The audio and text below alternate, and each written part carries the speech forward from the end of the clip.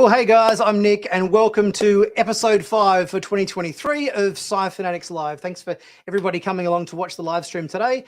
As always, we've got some great Star Trek chat to be had. We're mainly going to be going over Strange New World Season 2 and giving a bit of our thoughts on that. And today I'm joined by an absolute amazing panel of people to get us all fired up and chatting stuff in the world of Star Trek. First of all, let's welcome. He's been on the show. He's been on the show before as a guest, and it's always a pleasure to have him on. Seán Ferrick from Trek Culture. Welcome, Seán. Thank you so much. Thank you very much for inviting me back. I was worried that last time I'd made such a disaster of things, I would never be welcomed back. Oh, not at all, not at all. Always a pleasure to have you on. And today we're also joined by a Star Trek authority and author. He's a legend in the Star Trek community. In fact, in the 90s, before the advent of the internet, I smashed the hell out of this book. I talk about dog-eared, making notes. I had it laminated. I had the blue one before the red one. It's Larry Nemecek. Thank you so much for joining us, Larry. I was gonna say, don't chat it up too much. The cover is still on that, so I don't know how much you. No, I'm good. I'm good. Guys, it is a pleasure. It's a pleasure. Now I'm gonna say it's 8 a.m. in LA, so I'm never up this early unless it's for a flight, and I can usually snooze on the way to Denver on the first leg. So if I just drop off a little bit, just ding the cabin bell, and I'll be right back with you. No worries. I'll just give you a poke I'll just give you a poke like that. Say, wake up, Larry. Wake up, Larry. Okay. And as always, my fellow Sci-Fanatic David joins us as well for all things Star Trek today. Thank you, and I'll take a concerted effort this time to pronounce Lan properly. I've apparently been mispronouncing it. There had been a bit of criticism there. How have you been pronouncing it? Leanne? I've been completely confused. So now Leanne. I'm just going to call her Lan. Leanne. I don't know. I just want to forget the episode and move on. Lan from now on. Chip me if I don't do that, please. Fair enough. So today we're gonna try to get a bit more audience audience participation and everything going as well today. So everybody, feel free to drop your questions and comments and stuff and everything into the chat feed. Obviously, members and super chats immediately get put up on screen, so be aware of that.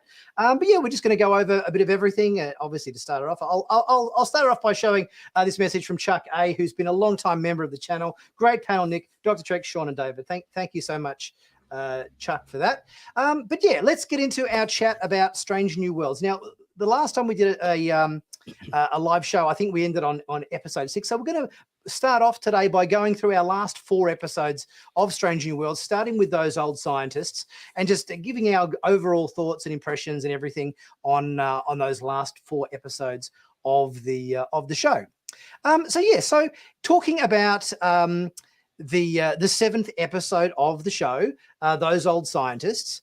How do you guys feel they integrated the more over the top style of style and characters from Lower Decks into the more grounded show that is Strange New Worlds?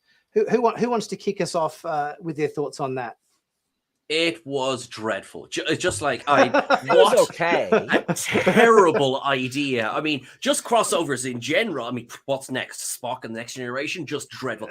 I honestly can't remember when I've laughed so hard. And it's already re-entered my, what'll I watch? I'm going to stick on these old scientists. Like, it's already entered that rewatch pattern. And I just, like there's so many moments from it, but Spock just going, my arm doesn't normally do this. Oh my God.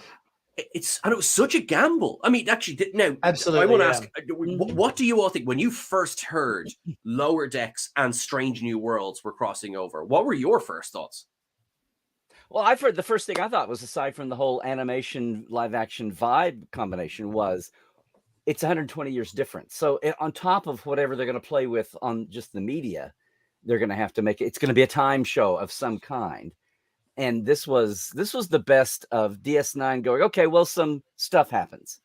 It's just like build a portal and fall through. It's one step beyond the orb of time, but it's like a mini version of the Guardian of Forever. And I was really pleased they didn't go back to some other. They came up with a whole new time portal.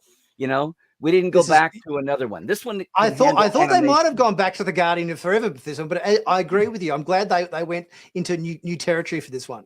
But of course, they took the best. They found a way to that manic. You're like, how are they going to combine the manicness of the animation?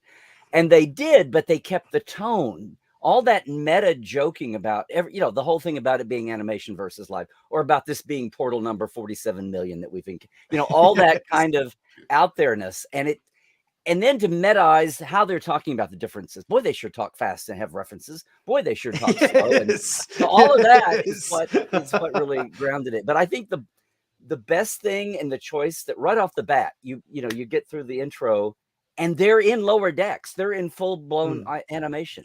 They don't start in It's a Strange New Worlds episode, but they start with the lower deckers running around in 2D animation form. And I thought, this is ballsy, because right off the bat, there's a chunk of fandom that hasn't watched or may not even be aware of lower decks. I mean, armchair fans. And for them to start with them, it was like starting, it was like starting in Oz and going back to Kansas or something. I don't know. But I love the way they started with the animation first and then got you into live action. Yeah, absolutely. David, your thoughts? I felt that warm moment when I saw Space Koala, I think, just in the intro sequence. That was really good. Very Oz, so really got that one. Yes. As Larry was sort of saying, I'm probably one of the newer fans to Lower Decks, so I've only got into it quite recently, and I haven't seen it all the way through, but I thought it was going to be quite an interesting introduction for me into this, but I love the way they sort of jostled between I guess the Strange New Worlds crew in the animation style and vice versa. And I think that really worked well. It was great to see that little ending scene, as you sort of pointed out with the wobbly arm for Spock. But it was I thought it was a really enjoyable episode. And I think they balanced it well between some more serious tones in it. But overall, it was really quite a fun, effervescent episode. And I think a lot of fans were looking forward to this one. It was a highlight of the season, I think. Absolutely. Easily. I totally agree with you. And one more point, I think what got lost in all of this is when Lower Decks first premiered, people were criticizing the fact that they referenced Kirk, Spock, and Data Picard. They were in Data, Picard, Riker's timeline. And then when you find out they cross-served and Mariner was that eventually went away, but people were thrown at the beginning they were fans, it's fan service. It's like, no, I kept saying that's their heroes. There's a reason those guys got a show and the other 98% of Starfleet didn't. They were actual heroes. And to see in this show, they play with that, right? And they're like, Uhura and Spock, and I'm what? Like, don't tell me my future. I mean, literally uncomfortably. Not in a Pike time crystal way, but just I don't want to know that I'm famous and I have all this pressure. And I love the way they integrate. I love the way they integrated that with the Strange New Worlds cast, with them going all fanboy, on the Archer crew, The fact that it's like, well, who does Pike and Bunch? Who do they fan service? They do Archer in the NX-01, and the Enterprise crew got more mention than they have in 20 years since they were on the air, and I thought that was awesome. This is true. Yes, people like kind of skipped right over that, and I didn't. But people, didn't look at that. There was more love for the Archer and the NX-01 than we've had in ages. For sure. Actually, that's something like hearing, Mayweather get a name drop, hearing Hoshi get a name drop. It's just those like two especially. Yes. Brilliant, because you're right. Because finally, some acknowledgement. Yes. Yeah, exactly. Because I think a lot of the discussions, even in reviews, and I'm certainly guilty of this myself. We tend to talk about Trip, we talk about Archer, we talk about T'Pol because, well, they got the lion's share of the stories. But then you've got like poor Mayweather's there every single week, and he's piloting the ship, and he's just like, one day I'm going to get my moment in the sun. And we just have to, say, don't worry, one day you'll get your episode, Mayweather. I think my favorite line of the whole show was, "I love grapplers." Oh yeah, that's so deadpan. Yes, versus tractor. Yeah. To grapple to tractor. I'll quickly jump in. Sean O'Sullivan asks, Sean is right, but what does Sean mean in Bajoran? Oh, Sean, you know exactly what it means in Bajoran. I feel like today I am the prettiest swamp of them all. Oh, That's what it means in in Bajoran. Bajoran. There we go. And while we're on the topic, thank you so much, Chuck. I had a great chat with Larry at Star Trek Las Vegas. Do you remember having a chat with Chuck at Las Vegas Star Trek, Larry? And I good do to see you now. on the great live stream. Yes, Pressure's on. I wish I could have been there. A bit of a journey for me to get over there. But I'm sure it looked good. From everything I saw, it looked like a good event. Oh, he was, yes. And we also have another one from Sean, who also says, when the ranks are wrong in Strange New Worlds, that's just corn. I love that so much. Long, stringy alien corn. Right, yes. Wraps around your cuff. Yeah. Not Very everyone good, keeps very their good. corn in the same place. This is true. So The we had corn a or lot not to corn. we had a lot of references and so forth. Obviously, in the show, we had references to Worf's honor. We had Boimler doing the Riker sit down. We had talk of Q and Trelane, and as we just mentioned, Archer and the NX-01 crew. And number one does point out in the episode, just their conversation and references are very specific, aren't they? Which is kind of, as we know, a staple of Lower Decks. Do you think it was just the right amount of in jokes, or do you think they kind of just sort of pushed it a little bit too far? What are our thoughts on that? David, do you want to start? Not noticeably. No, I thought it was the right balance, and I'm probably a bit, as I said, a bit of a newer comer to Lower Decks, but no, I thought it was just the right balance for me. I didn't sort of notice anything out of place there. It's kind of like a bit of a microcosm, within that larger realm of Strange New World. So I think it was just the right balance. I'm with you on this. Yep. It was, I mean, yes, it was fan service for an hour or so, and I'm so grateful for it because they took a swing. There's a lot of big swings this season. Yeah, 2 big ones. I'm delighted with it. I think now. I mean, if fan service isn't your thing, this isn't going to win you over. This isn't the episode that's going to win, people who really don't like fan service over, and that's fine.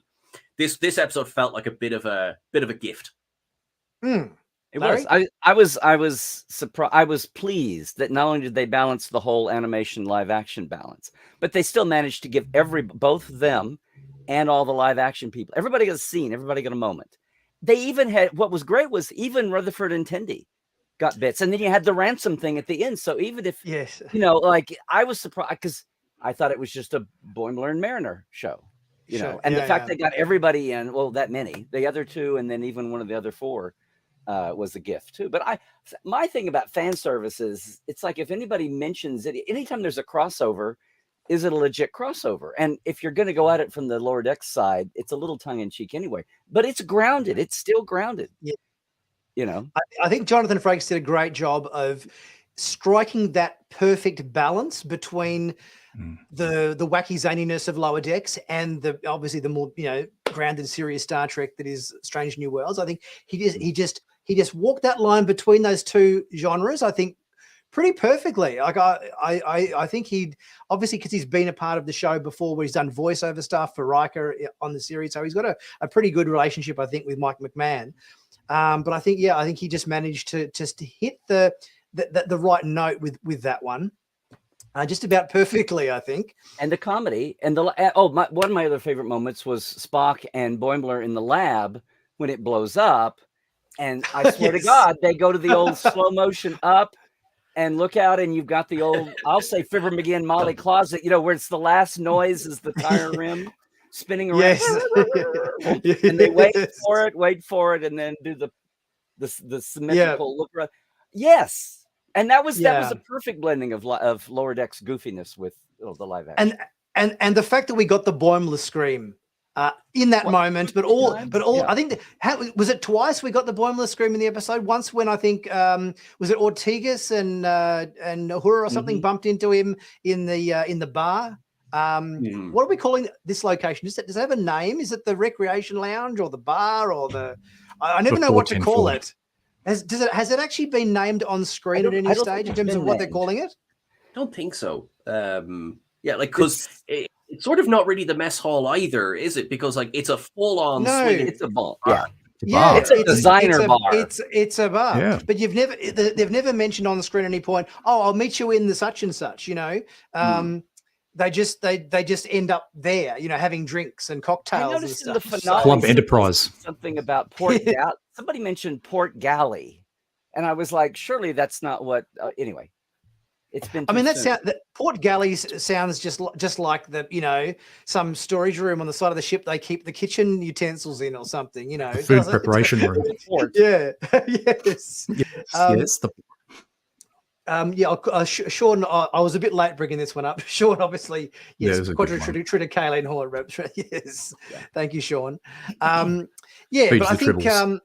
I got to say one of my my favorite parts of the episode, which did make me laugh, was the bit with when at the end when Ransom comes past Boimler's bunk and sees the poster of number one, Yes, and they go, yes. oh, like the hottest first officer in Starfleet, you know.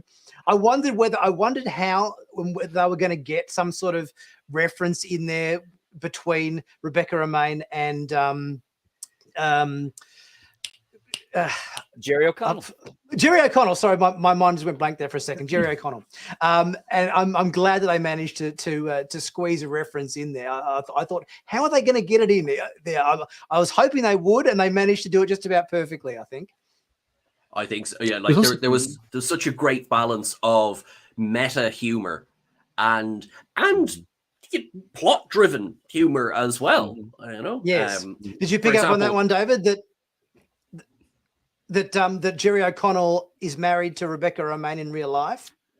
No, I didn't. So I stand very educated now. So you know the gag at the end when Ransom comes past and says that's the hottest number one in Starfleet. Yeah. That's Jerry O'Connell, who's married to Rebecca Romaine, basically saying my wife is hot. Basically saying my wife is hot. So well, he wasn't wrong. He isn't wrong. My 120-year-old wife at this point. That's true. Exactly. Yes, She ages well. She hasn't aged a day. Oh, that's No. yes. So based on the fact that this episode was, I'm pretty sure, one of the most comedic episodes of the season, do you think Star Trek could do a live action comedy series in the future, or do you think this level of humor should kind of stay the domain of animation? Ooh, that's a good question. well, this wasn't up to the man. This wasn't as manic as a Lower Decks. I mean, they pulled Lower Decks, but it was a good average. It pulled them up. It pulled them up. Their pace quickened and their comic, was sharpened. Their comic timing and styling was sharpened, and Lower Decks was diluted a little bit, but it was still very much there. So they each pulled the other to a middle, and it wasn't a Lower Decks. But Strange New has done. We've got Spock Amok, and we've got some of the other zany hijink shows, and they can do it. That's the thing that's amazing about the cast and the format now, again, is they can do, as we will see, they'll do different formats. I thought it was I was just holding my breath to see what how it would play for the Lower Deckers, and they were fine. I do like all the references to particularly the speech speed. There we go, tongue twister there. Because you're right, like a 22-minute episode of Lower Decks probably contains as much dialogue as a feature-length episode of like DS9 or The Next Generation. It's just said so much faster. So I thought that was a great gag. Yeah, absolutely. Loved it. And just as many references. Yeah. Yes, it's true. There's also a little bit of serious note tone in it too, with a little bit of continuity play set up for the next episode with the scene with Spock and Nurse Chapel and Boma, where they're talking about the future of Spock and how Nurse Chapel doesn't really feature in that future, or it's sort of inferred in that he's a very serious logic sort of person. This is kind of really very current for where they are in their relationship, and I think it sort of leads into where that plays out in the next episode and perhaps brings it more closer back to the canon. So I thought there was definitely a bit of an interesting serious overtone within the comedic elements of the episode. And isn't there just a mini scene where they get back to the issue of PTSD? And I think it's Ortegas. They're at the bar. Yeah. We'll get to that. A darker moment or two. Yeah. Well, when we talk about Under the Cloak of War, which is coming up next, I did think they did a really good job this season of each episode, even though it had a self-contained story, obviously there's little threads of serialized character development and so forth, where as we flow through the season into completely different episodes of completely different tones, we're shifting from comedy to full-on PTSD wartime, drama, and then into musicals and so forth. And we managed to just weave a little bit of a thread through each of them to tie them all together. I think they did a really good job of that. For sure. Yeah. And actually, and just that scene as well in Pike's quarters. And again, they managed to, because I was watching it, I was like, okay, I'm laughing, I'm crying a little bit.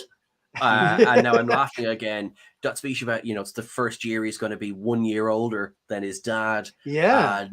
And just that point of like, I understand you want to, go to a cabin and get drunk for a weekend, but think how many people would want that extra conversation with you. And I went, oh my God, that's good. Look, I was not expecting that in this episode. And again, they balanced the tone.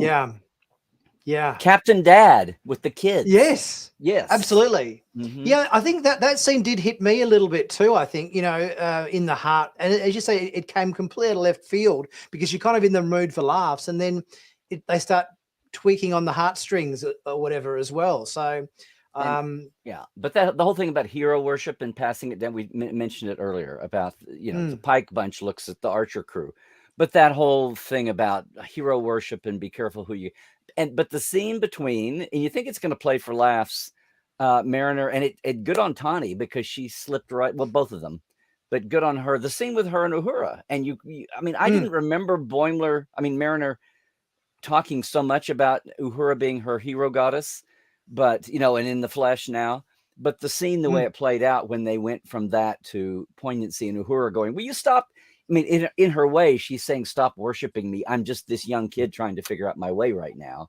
And Mariner going, oh, and when you think about it, Mariner having a lot more experience in her time than Uhura is at this point, and realizing that. Anyway, that was almost as poignant a scene as Dad Pike with the kids, as I keep calling it.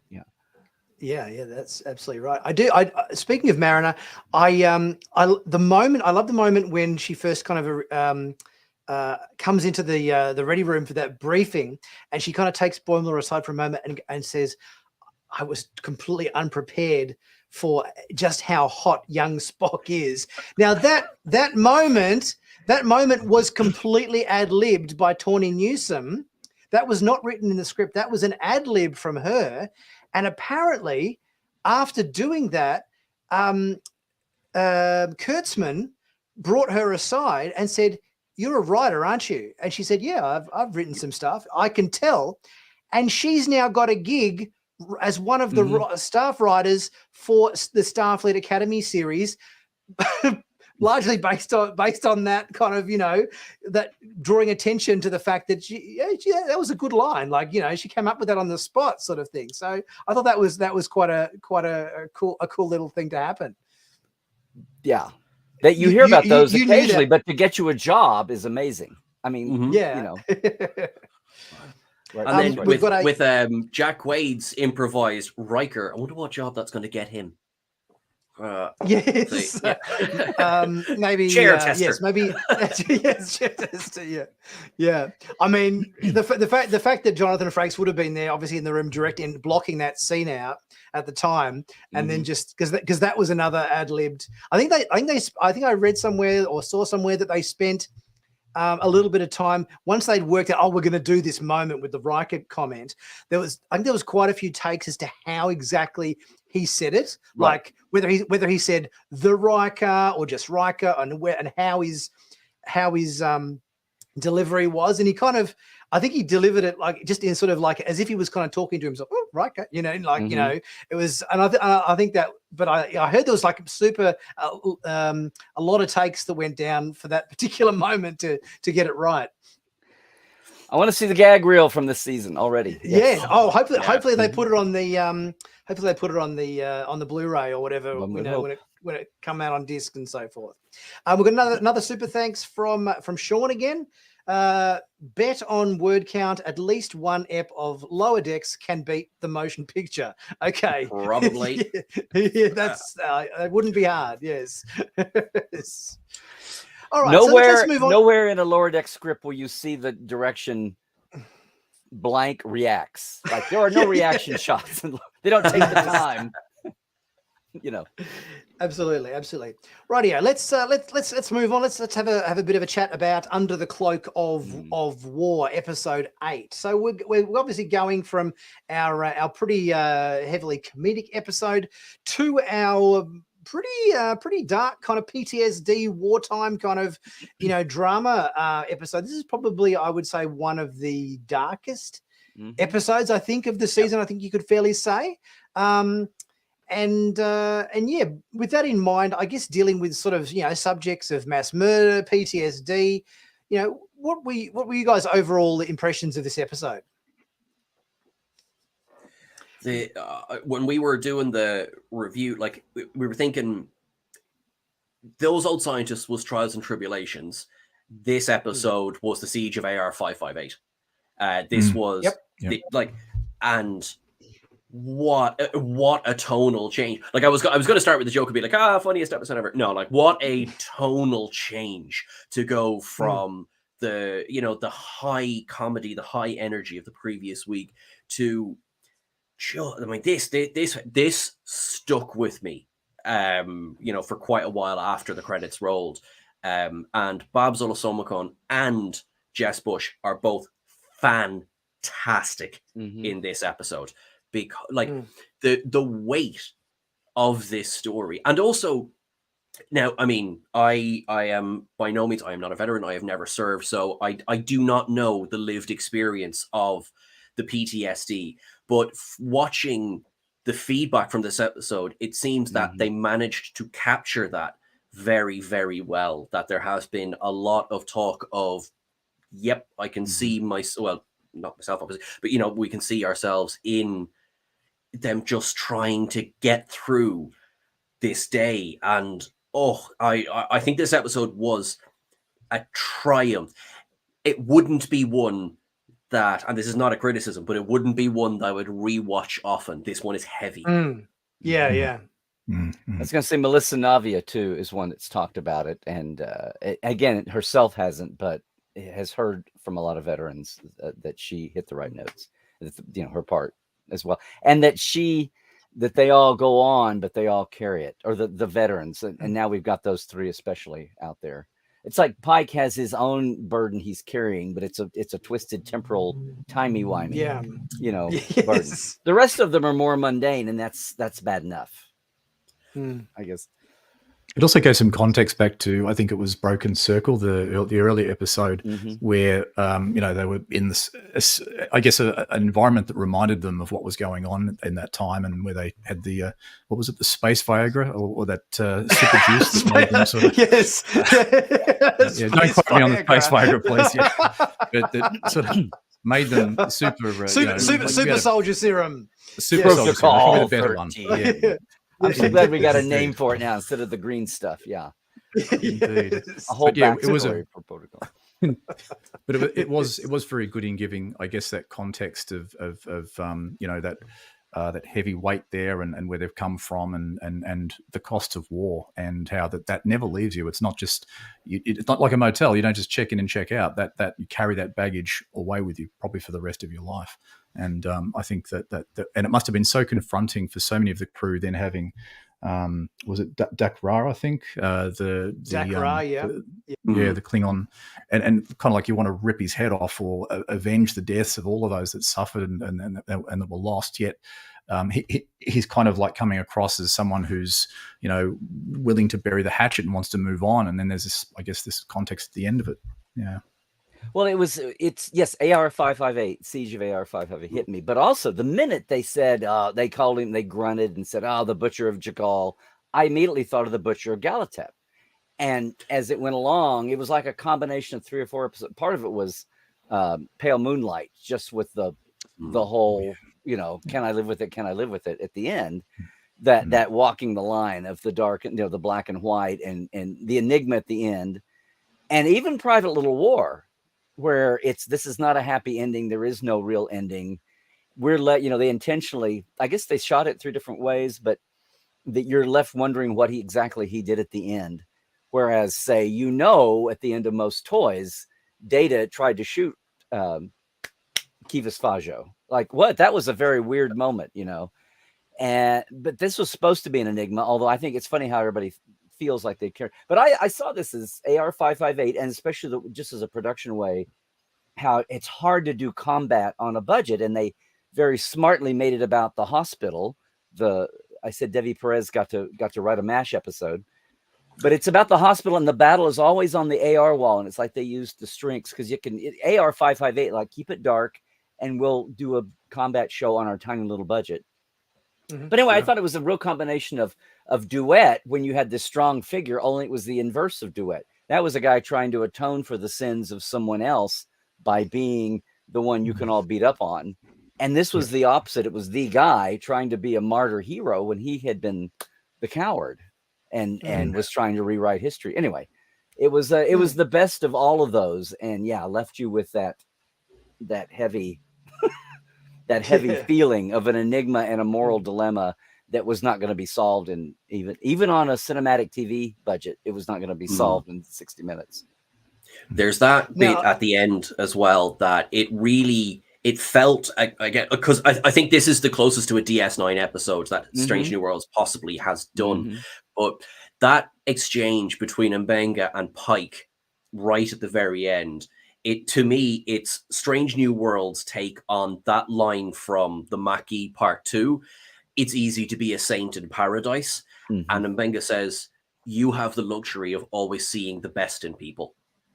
And it is such a line, because I thought we were doing a chat about this episode before, and the character of Pike is one of the most frustrating elements of this episode, because he has the thankless job of he has to roll out the red carpet. He has to bring, the dignitary to Starfleet. It's quite a mirror of Kirk and Gorkon, because he didn't fight in the Klingon War. They were out of it. They were away off somewhere, so he doesn't have that trauma. And this normally strong leader is quite wishy-washy this week, and he's like, "Oh, can everyone please kind of just get along?" And I think it's really frustrating, but it's also, I think it's so well done, and it's sort of a harken back to Quality of Mercy, where he was exactly the wrong person to be in the position with the Romulans in that episode, and he's just. He's damned if he does, damned if he doesn't in the way that he captains this week. And it's a tiny scene, but that one exchange where Una walks in and says, basically, I'm obviously paraphrasing, she's like, I get that you have a job to do, but you can't ask all of the veterans out there to just forget the war. Let's finish this up sooner. And he goes, okay. And it's really, really interesting. I'm kind of surprised that he put them in that position. I know there was a line in the script where he said, "Oh, the top brass at Starfleet kind of want you guys to kind of be part of this. I know it's tough, and I completely get that. If they had been at Starfleet headquarters on Earth and there was a lot of different higher ups in attendance, I completely get that. But considering they were just picking him up and dropping him off from wherever they were headed, and they were just on the ship, and they were just hanging out in Pike's Court. It was all very unofficial, almost very casual in its organization sort of thing, atmosphere. I'm kind of surprised that he kind of got, look, I know Starfleet's kind of wants me to kind of get you guys involved in this, but I know how hard it is, so I'm just going to give you a pass.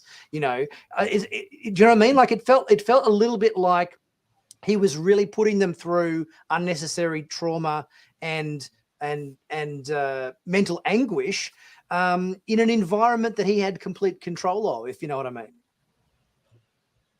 Yep, I think it speaks as well to his lack of experience when it comes to warfare or the effects of warfare. Diplomacy.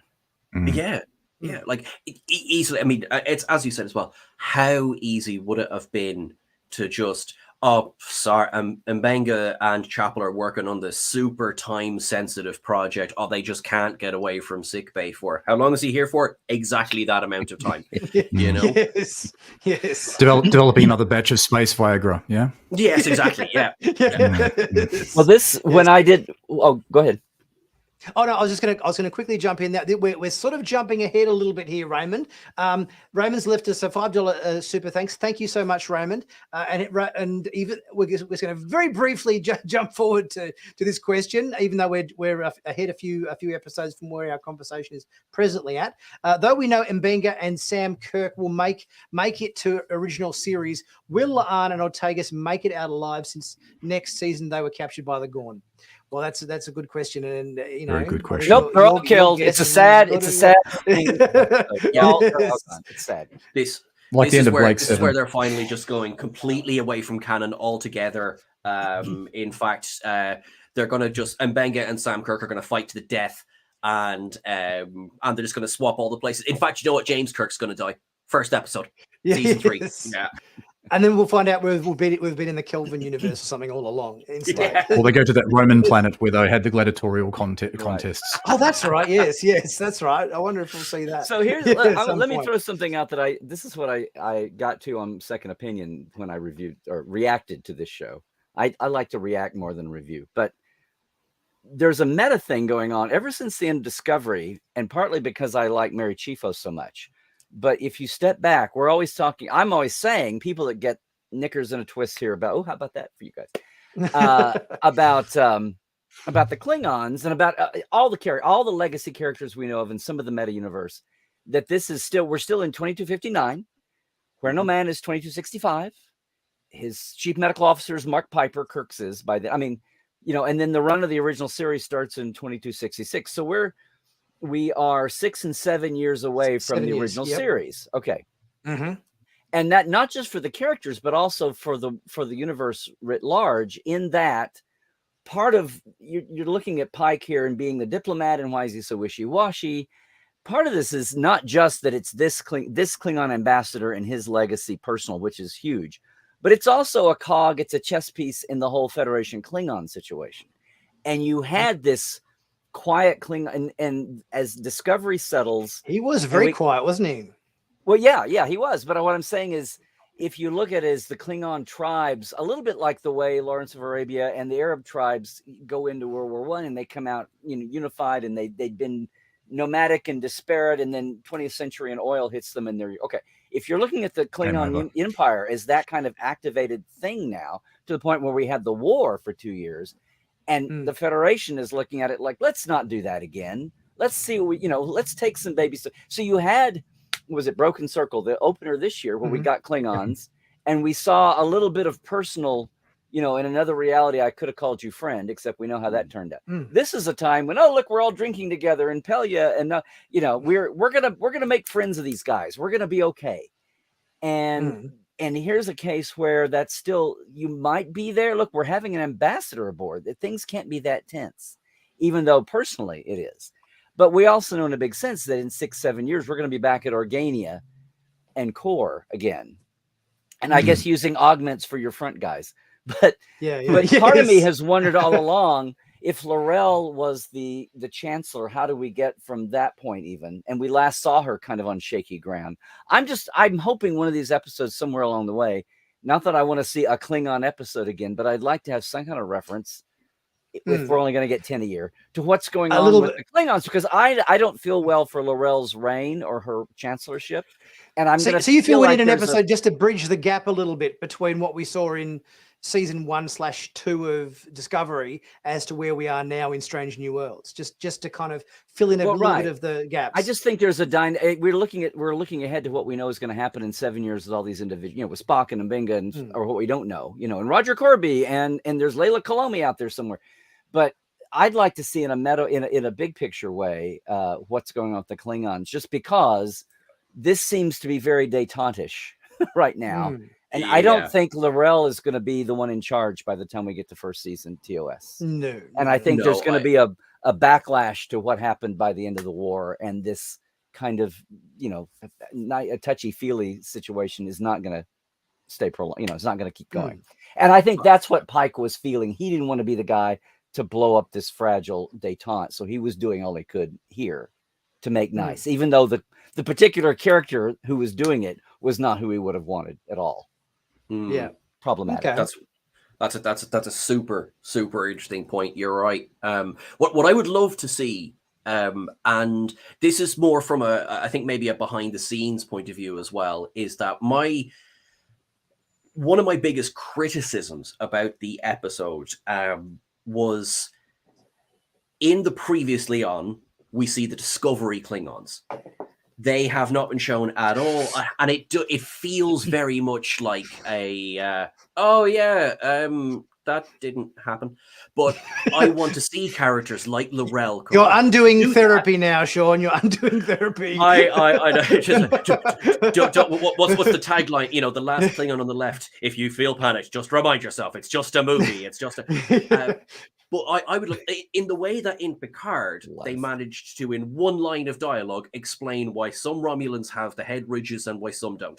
No, he's a Northerner. Yes. Yep. And in that respect, because I feel with the Klingon War being such a huge backdrop of this episode specifically, and I guess Strange New Worlds sort of as a whole, although it's really this season, it's, to me, there was such a big hullabaloo about the redesigned Klingons and about introducing them that you can't really pretend that didn't happen, and that's fine. We love them or hate them. I would love to see just maybe a group shot or something where you have a Discovery Klingon in the background. Maybe they reacted poorly to the augment virus, something like that. Actually, you do the reverse. You do the reverse of what they did in Enterprise with the Klingons. So basically, just bear with me on this. In Enterprise, they established the fact that some Klingons don't have the ridges because of this augment thing they injected into them. So after that, in order to try to undo the damage, the Klingons tried to inject super juiced up Klingon DNA into the people who had, undergone that augment issue. And what it did was the reverse. It made them super, even ridiculously more made up Klingons with the bigger heads and the even bigger ridges. And then so in trying to fix the problem, it's gone way too far in the other direction. And then ultimately, after all the medicine's been sorted out, they settle back into the place which we now know them to be, and the Klingons we all know and love. So it could be like a Klingon version of the eugenics war, I guess, yeah? Works for me. Well, just for sanity's sake, I went with the whole species diversity. There's lots of planets in the Klingon Empire. They were disparate nomadic tribes. And they threw that as a lifeline in Discovery, and I grabbed it.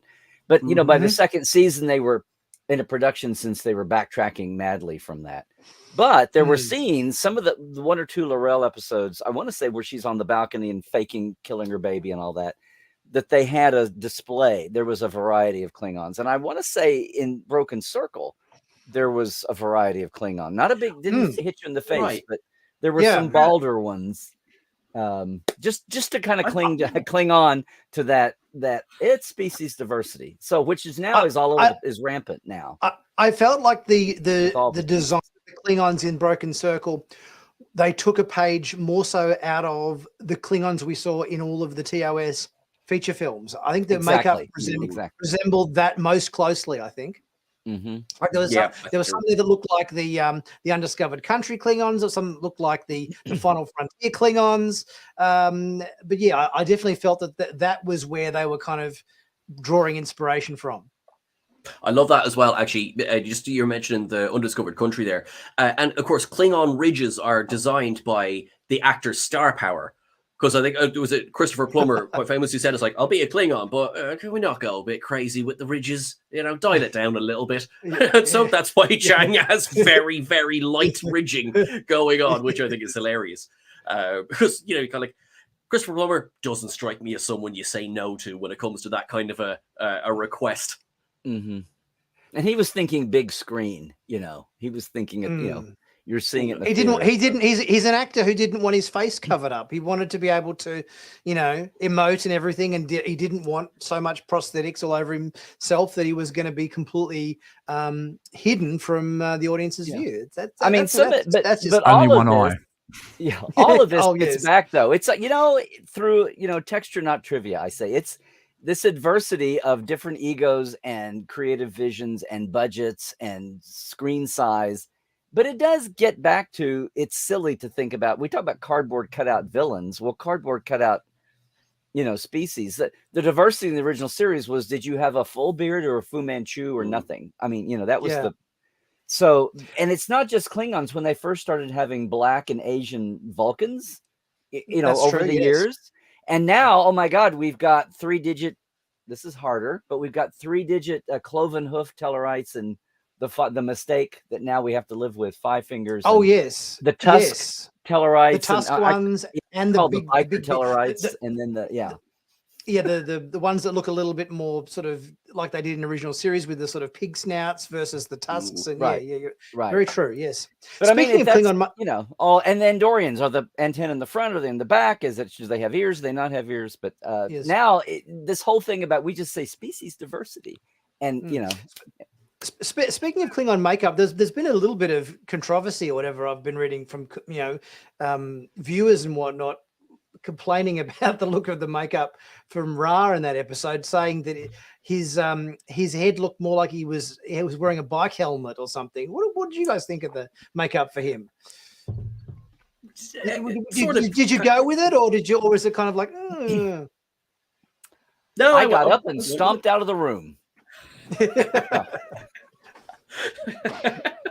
I had to make a cup of coffee because, I mean, listen, I'm totally down with the killing all of the people in the MASH camp, but I mean, the fact that he looks like that, no, I'm out of the episode. It's ruined me. David, what was your impression?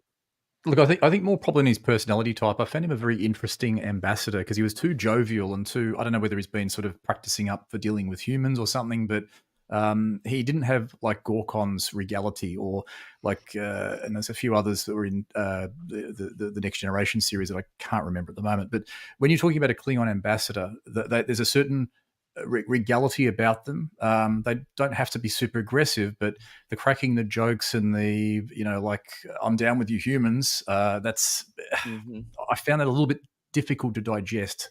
Whether it was part of his, maybe it was a counterplay to what came at the end of the episode in terms of his cowardice, maybe. But I just found that a little bit difficult to digest for a Klingon ambassador. Yeah, I guess. What was hard for me was, and again, this guy's a psycho. I mean, by the end of the episode, we realize what kind of contortions his brain and psyche has gone through. But even on the surface, and even as he's introduced, he's described as a Klingon defector. Let's just go with the cover story. He's a Klingon defector to the Federation. This was only 2 years earlier. Okay, 2 and 3 years earlier. So within 3 years, he's gone from being a feared Klingon general to a defector. And then with peacetime, he's an ambassador. Not just that he's an ambassador, but he's an ambassador who's now respected by the Klingons that he defected from. And he's got this long list, which is real. The Perez Accords. I love that. He's the writer of the episode. But he's got a free trade agreement. What? And, so you get that's part of what he's hanging, Pike is going, no, look, he's done all this stuff. Come on, give him some respect. He's come a long way. This guy, it's like, forget how the combat veterans are reacting to him. How the hell did he turn around and bamboozle, again, L'Orel's government, the bureaucracy that's empowering now the Klingon? How did he get all that done? And he's, you know what I'm saying? It's like, this is like such a whipsaw here that he's done it. And so this guy must be a hell of a diplomat, or he's a hell of an actor.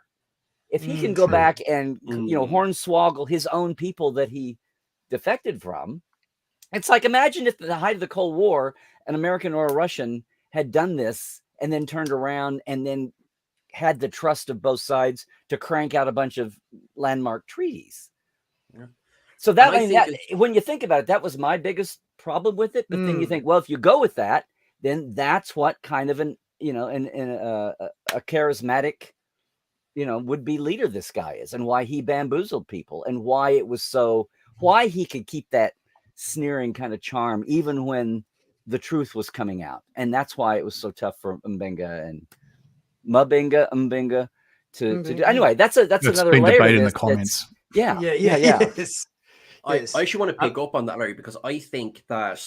And what does his murder do for that nation? Bingo. Whether it was well-founded or not, what does his Yes. murder do? And that might be the inciting unraveling that I was talking about Yes. earlier, that might bring the whole détente movement to a halt. If its Yes. And you know champion what? is gone, if he's the Sarek of the Klingons right now, I don't Like what? Yeah. It's going to be open the season. fact that now I don't want M'Benga thrown in jail or anything like that, but nothing like that. But we have to see some sort of fallout to that.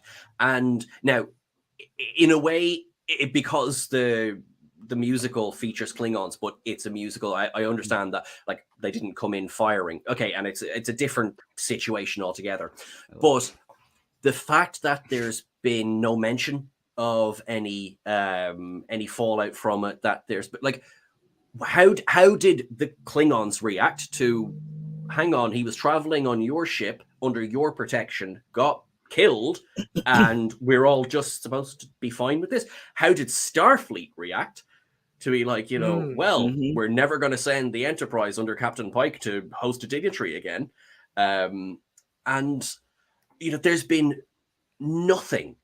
And I think that's, you know, I think maybe the problem of 10 episode seasons, you know, like because there wouldn't have been space in the musical, of course, and we had other things to focus on. Come on, Sean, they already had the orchestra book for the next episode.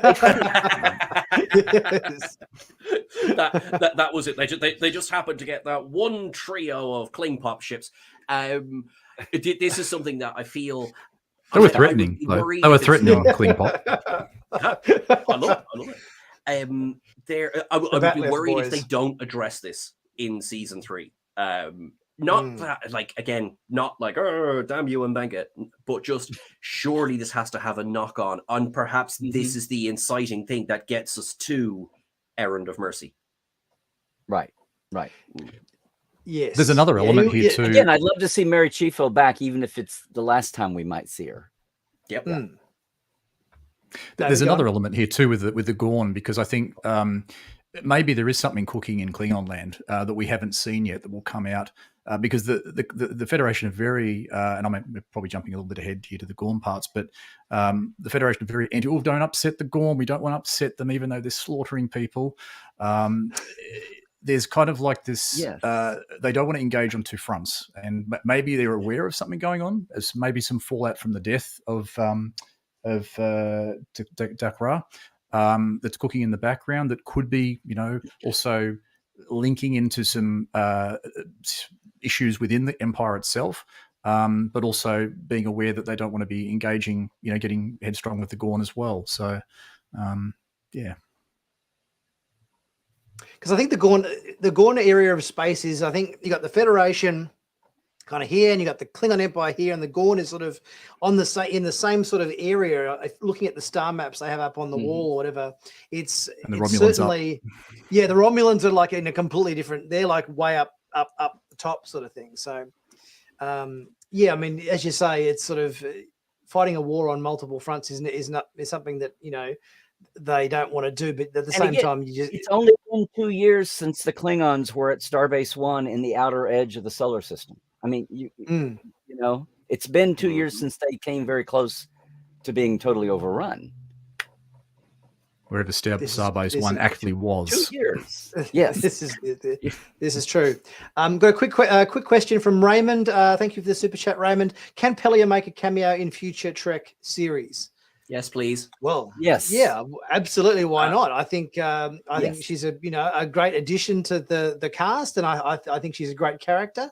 Not to put any, you know, negative comments on Hemmer. We all love and admire Hemmer and miss him greatly. But Pelly has been a good addition to the cast. But the question I think I would want to ask is that now that I mean, again, we're jumping forward to our last episode, but now that Scotty's kind of come into it, how does this mean that Pelly's days on board the Enterprise are numbered? You know.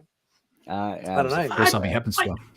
I think possibly, but we also, I think now there's a little bit of beta canon going on, but we don't know how long Scotty just served as an engineer as opposed to the chief engineer on the Enterprise.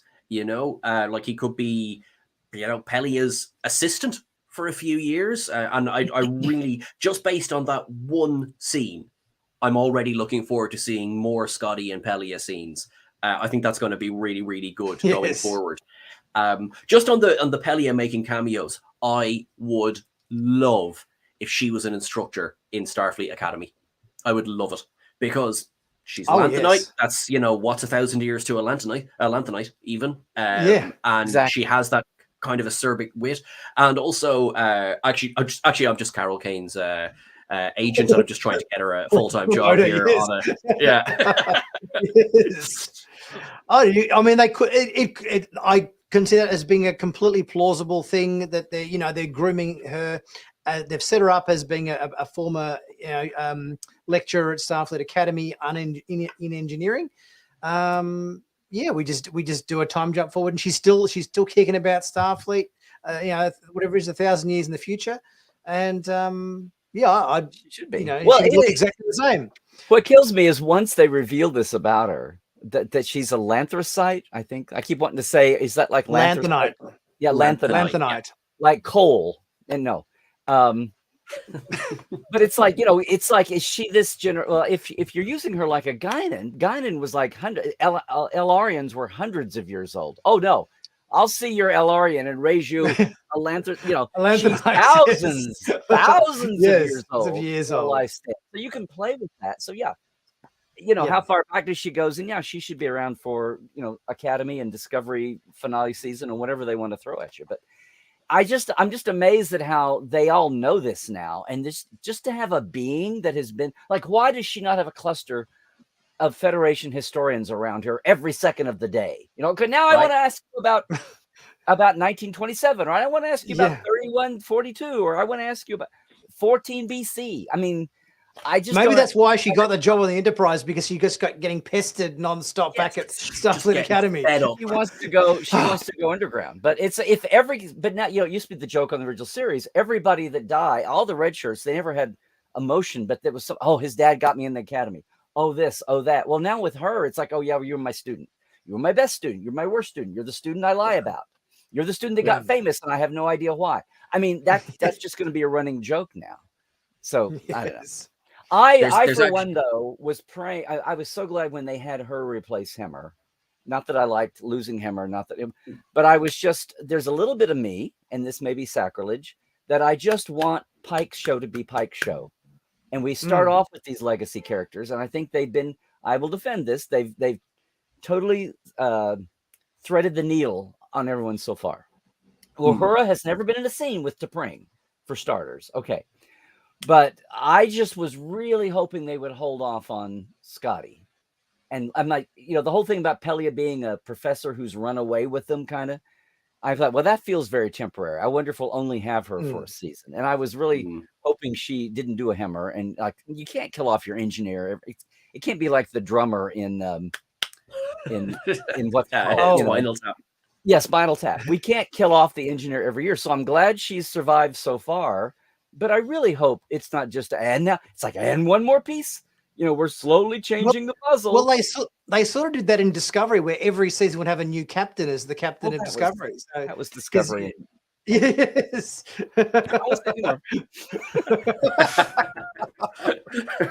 All right. Let's Dr. Trek's done it now. Let's move on to this one. Our musical episode of the season, Subspace Rhapsody, episode 9. This episode, just going by the comments of my videos and so forth, has sort of divided people, somewhat down the middle, where some people have kind of come back saying loved it, thought it was the best episode of the season, and some people that have gone grump. I don't like musicals, and that was a silly episode. So where do you guys sit? Do you guys sit on the love it or hate it column for the Subspace Rhapsody episode? I loved it. I got to say, I loved it. I get probably some of the criticism because these are short seasons, and I think it was sort of inferred before. We had a little bit of a goofy one with the Lower Decks crossover, and then we've got another one being a musical one. And I guess that sort of detracts from maybe some of the more serious content. But it's kind of like, I mean, I like musicals, and if you're wanting to see your Star Trek favorites in a musical, this was the episode for it. It was just awesome. And you could see the characters in a much more different and dynamic way than you would have ordinarily. And they also had a bit of a scientific explanation to sort of, to play that out as well, which held water. And just loving seeing the Klingons, threatening death at the end of their mek'leths, or if I'm pronouncing that right. and yeah. To me, I really enjoyed it. What did you guys think? Well, this is Sean? this is. Oh, David, Larry. Larry. Go ahead, Sean. No, Larry. No, Larry. You start talking. You started. You go ahead.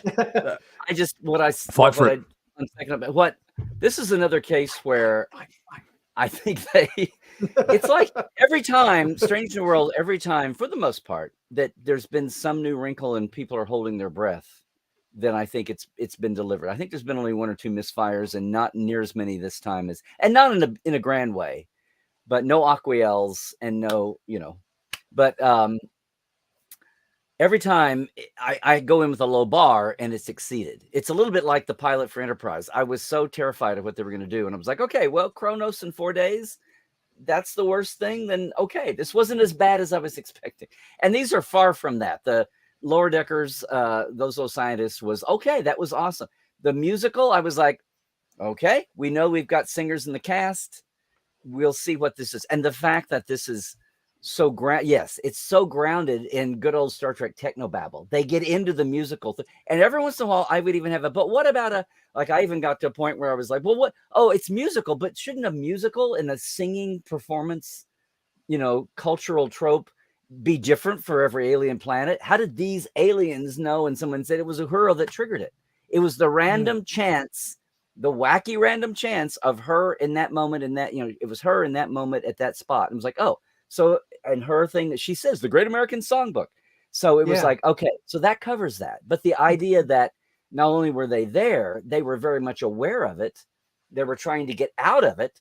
There was a little bit of a ticking clock fear factor, at least on a personal level. And then when you spread it, it's like, how is this any worse than the Borg, virus infecting the entire fleet? And when you pull back on a meta universe look and go, okay, it's and even the moments where Pike is singing to Batel, but it's over comms, and all they have to do to just end it in the moment is pull the plug, Spock, pull the plug on the thing. And it's like, oh yeah, we're not surrounded by an insurmountable plot device. It's like there are still parameters to the problem, So I was just thrilled that they grounded it the way they did. But then as a production bit, I was thrilled. I was shocked at how they moved the plot along, how in the best musicals, and not just for the episode, but for the season, it moved along all these characters, and to the point where I was even thinking, wait, did they just bring on Marie Batel just so there'd be a couple for the music? Like,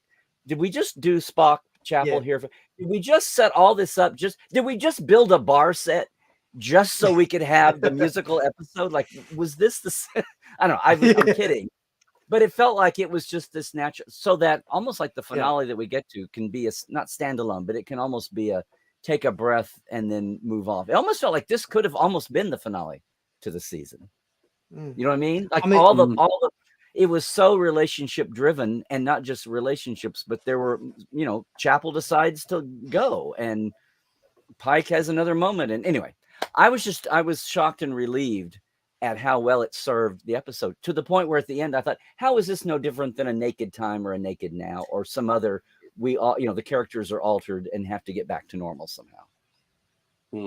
Something that people that hate musicals, I thought this, I was like so relieved, and I just thought they outdid themselves.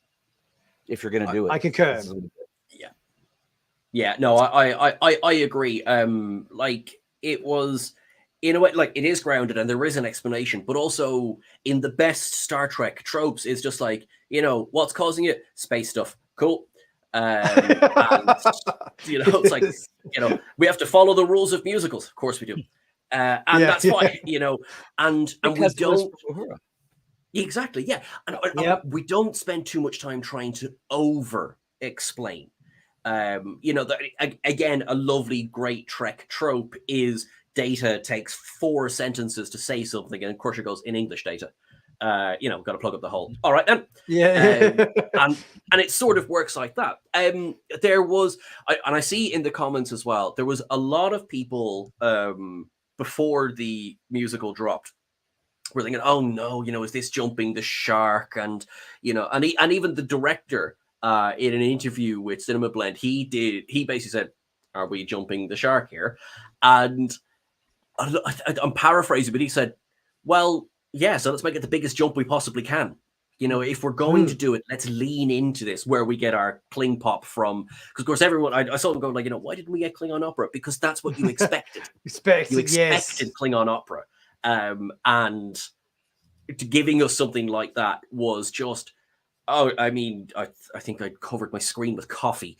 I snorted that loud. Oh my god! I was on the floor that moment, just like completely, because it's, yeah, as you say, you expected, as you said, Klingon opera or something, and you get K-pop or a boy band number, you know, and then it's Bruce Horak that's the Klingon. Yes.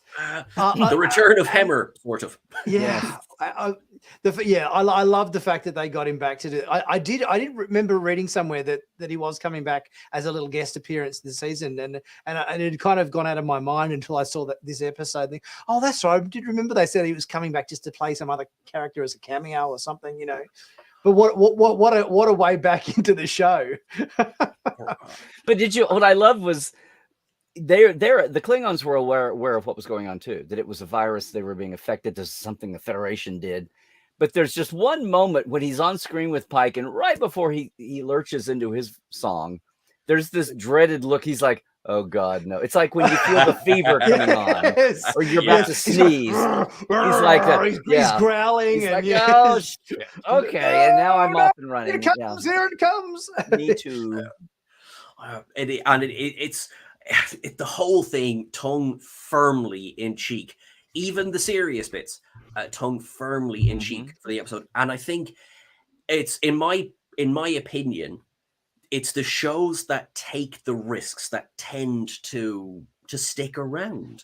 One of the funniest things I saw was like, you know, oh my God, they're doing a musical. They've run out of ideas. It's taken 57 years to get to a musical, you know. And I mean, yes, we've had musical scenes before. Looking at you, Way to Eden. But it's taken 57 years to do this. So I tend to have a bit of fun with that argument. But also, I think it's just fair to say, if this wasn't your cup of tea, that's fine too. Hang you know around. what I mean? And yeah, exactly. So some episodes they will land with some people, they won't land with others. And this is a high concept, you know, it's a very different episode. If it's not your bag, that's fine. But I will say that if you don't love Celia Rose Gooding's song in Keeping Us Connected, I'm just not your friend anymore. It's as simple as that. I honestly swear, for a week after the episode, I'm walking around with that song stuck in my head for the entire week. I don't know about you guys, whether you guys had any earworms going on after that episode, but I definitely had, you know, little tunes go around in my head from time to time. Did you guys get that? Yes.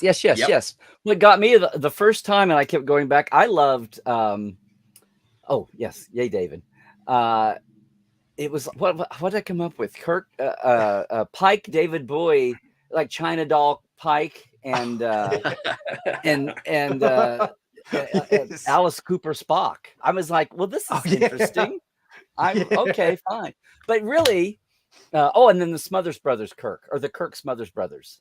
You know, in the middle of everybody thinks about the musical numbers, but you had the two brothers going at it back like Tommy and Dickie or something.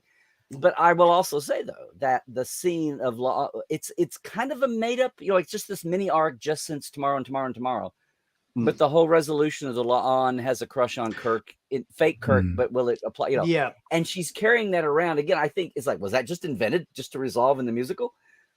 But the drama scene when they're not singing, and it's actually the Right. chemistry and the Yeah. way more than what I got in Tomorrow and Tomorrow. But that scene Yeah. where she's groping her way to asking him when she's not that kind of person at all, and he realizes what's going on, and I love Paul Wesley. I wish him many years of good life and good career and healthy kids and all of that. But I'm still not quite. Maybe the more the years go by, I'll think of him as I keep thinking he's a young Kirk. He's a young Kirk. He's only 29 or whatever, or 27 or whatever. But that scene between the two of them had nothing to do with music. The actor's 41. Yes. Okay. Whoa. Well, that wouldn't be the first time we've done that. But the idea that scene between the two of them could have been in any episode's my point. Yes. And it felt a little bit of its own creation, but they had to, if they're going to resolve this line in her mind, then that was the way to do it. And he let her down so nicely. And then at the end of it, you get David and Carol Marcus. Where the hell did you see that coming? That was totally out of left field. But I love the fact that throughout all of the original series, never mentioned Carol Marcus. Then all of a sudden we get to Wrath of Khan, and suddenly, what? He's got this woman, and he's got a fully grown adult son. Where the hell did these people come from?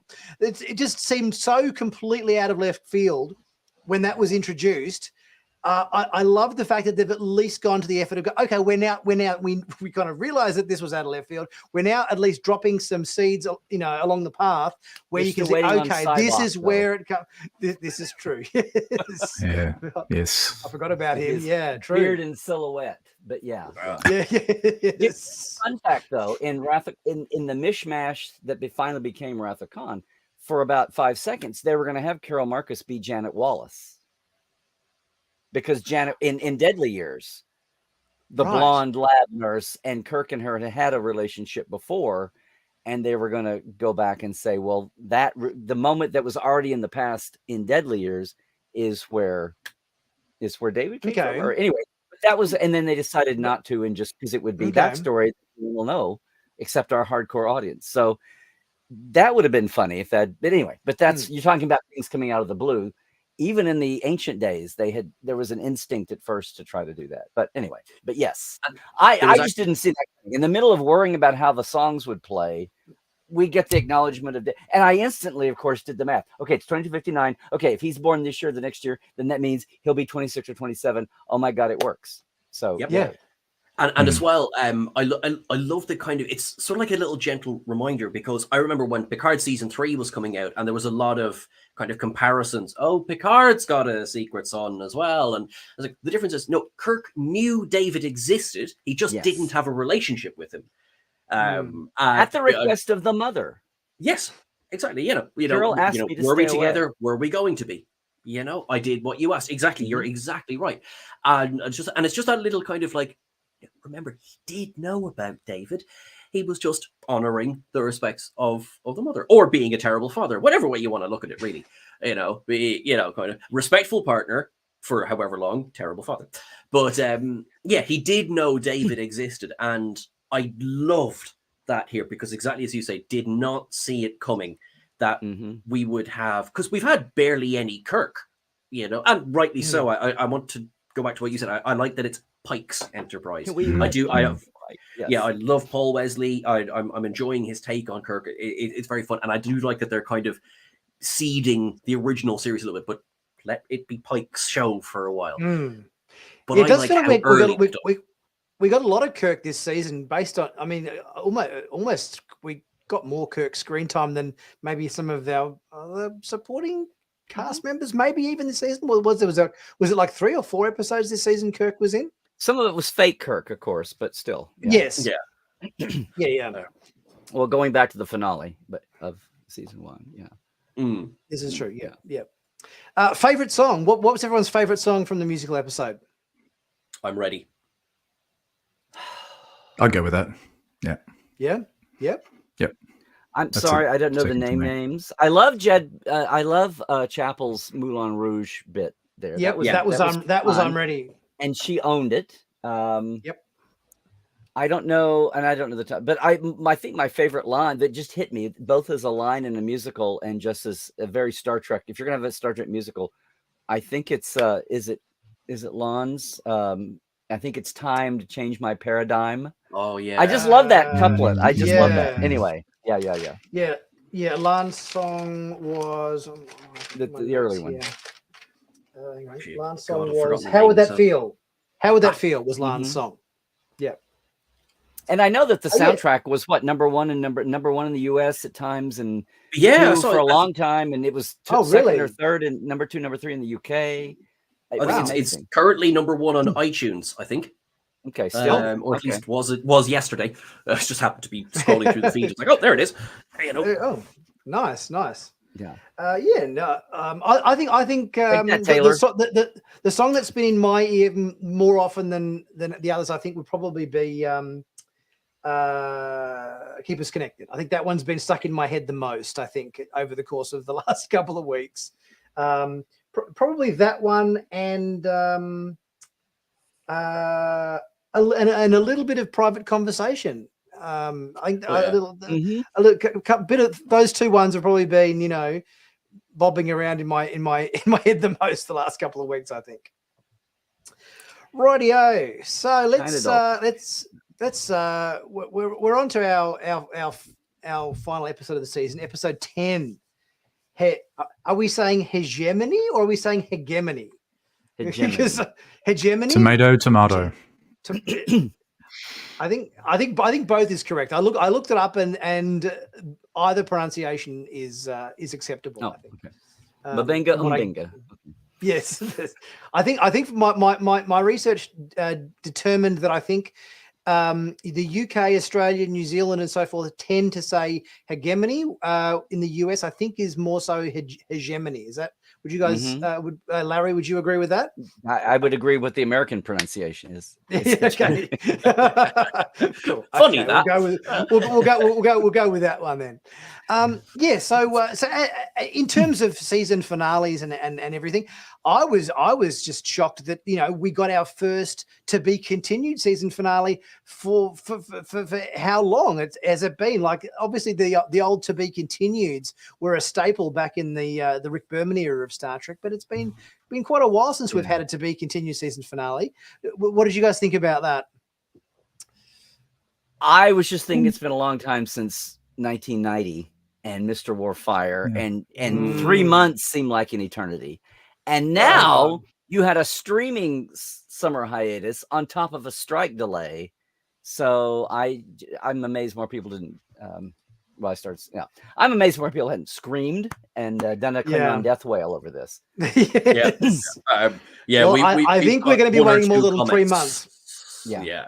Longer than 3 I think all going well, because again, we don't know how long this strike is going to last. So late 24 earliest would be what I'm thinking. Now I don't know, perhaps because correct me wrong. I think season 3 had started production just as things were starting to shut down, but I might be totally wrong. They were going to start shooting in May. May was when they were supposed to start shooting. Shooting means they'd all been written. Okay. The way they do things now. Yeah. Certainly the opener had been long written. So yeah. Yep. So yes, I reckon it's going to be early 25 until we potentially see this, because you think about it, if the strike takes another few months to wrap up, they're not going to start shooting this till early 24, and then by the time they do post and everything, it's going to be early. It's going to be like the first quarter of 25 before we get this, I think. Yeah, let's just say, because right now the the Section 31 movie is on paper to start shooting in October, and that's because it's only a movie, and they were working on sets, and Starfleet Academy is way on down the line, that they're barely into the pipeline for developing it in the stories, so they're not going to put plywood and hammer together and start spending money until they're further down the road. But Strange New has got its standing sets, and they're a thing, and could race back into production the minute they can. They're written. So hopefully, and they were going to start shooting in May. So yeah, they get to that, but still, it would be late 2024. And I'm betting that after the strike, everybody that's optimistic. They'll be like gunning to get back as fast as they can with something to drop. So maybe they try to get late 24. But Yeah, We got a year. We got a year and a half at least to sit on this cliffhanger.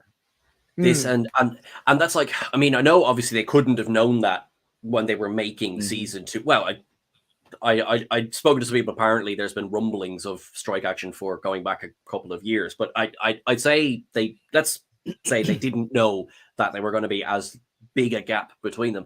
So it can go one of two ways. Either you will have people chomping at the bit and frothing at the mouth and give us season 3 now, or we'll be like, Strange New what? Oh yeah, that show from 2023. Yeah, I somehow doubt that's going to be it. Yeah, right. But I do worry that it will lose a bit of momentum. So I will take the job of marketing director to try and make sure everyone is well aware of it, because you do that without the paycheck, Sean. Come on. I mean, let's be honest. I shouldn't say this on a live stream, but you're so right. No, you're so right. You just someone in Paramount just went, hey, hold on, what? Why should we pay you, Sean? We're getting it. We're getting the milk for free now. Come on. Absolutely. Yeah. Just keep providing me with uniforms, and I'll be happy. But I was very, very happy. You kind of knew as we got to about the 40-minute mark, I was like, there's no way they're wrapping this up in this episode. They just can't at this stage. Or if they do, it's going to be, rushed of Game of Thrones proportions to try and get everything into the last 13 minutes, 50. It's actually, it's not the shortest episode of the season, but it's one of the shorter ones. I mean, what Spock Amok 2, because it's gone out of my head now, was the full hour.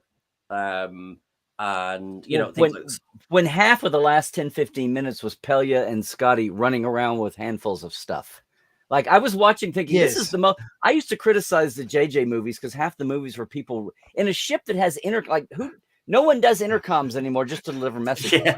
But in a ship that's where people would run everywhere, they'd gotten away from that, aside from the comic runs, like when Chapel does one of her comic runs. And and we didn't mention the Boimler Section 31 fast walk. Yes. Okay, so I just did. Okay, now, but this episode, when it's like, are they padding? Like, and we're running because we can't intership beam, which apparently now they can do when he had the crate brought in for this episode. There you go, Larry. Just beaming. Just for you. There you go. Just for you, Larry. Oh, there we go.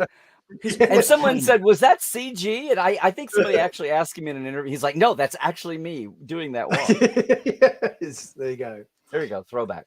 No, it started feeling like, okay, we can't, we could end if we needed to, but we're not. We're going to pad it with all this padding of people running around in a battle and people falling around corridors. And, so anyway, I was like, oh no, we're going to, no. Because it wasn't that it was a cliffhanger. It was like this cliffhanger in 2023 and a year and a half until we get a resolution. And if you thought you were going to die in the summer of 90, hold my beer, hold my whatever. Yes, exactly. Hold my blood. Your Romulan ale. Yeah. We have some people as well I've seen in the comments there.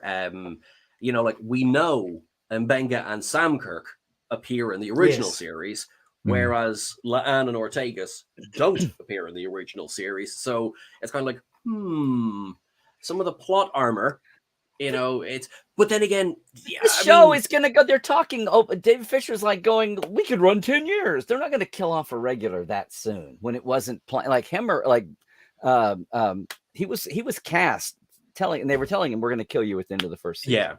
Yeah. And it was like, I don't think they will as well.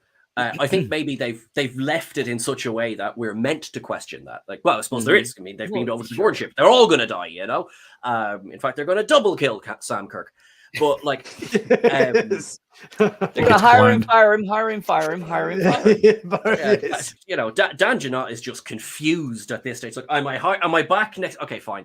But I do like that sense because I think as well we've kind of gone. That's the problem with doing a prequel is that you're kind of like, well, they're not going to kill Pike, So I like that in season 1 we sort of did the whole no, he's going to be in the chair. We're not going to do a change down the line.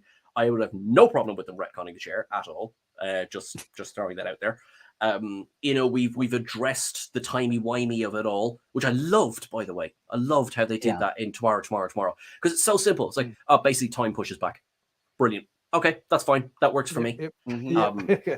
And I just want to absolutely say the design of the Gorn, just 100% brilliant. I couldn't believe it was a guy in a suit. Yep. Yes. I thought it was a CG character, but watching the Ready Room, it was a guy in a prosthetic suit with animatronic head and everything. I thought you meant you couldn't believe it was a Gorn in a spacesuit. I was just thrilled to see other aliens in other suits. It took me a second. I was like, oh, they're going to crack his shields, because Gorn, obviously they're running around class and planets. Well, we haven't talked about the whole Gorn and everybody retcount, trying to include Arena with this, and people forget the Enterprise Gorn, which at the time was a little controversial. It wasn't exactly, it's like you have a one-off in the 60s and a one-off in the aughts, and when you waited 40 years to finally get your shit together to do one again, like the Tholian. But I think people like the Enterprise Tholian, I think, and there was a lot of controversy, and Dan Curry at the time told me, it was like, well, we had to, we obviously had to make the Gorn workable, but it's, I think with a little bit more whatever, they could have made it workable, and people were thinking of the stiff mask and the rubber and all that, but you adapt it. But this whole, can we talk about this for a minute? This whole thing, when we first saw the Strange New Gorn, and I'm sorry, guys, I have this allergy. I cannot say Strange New Worlds.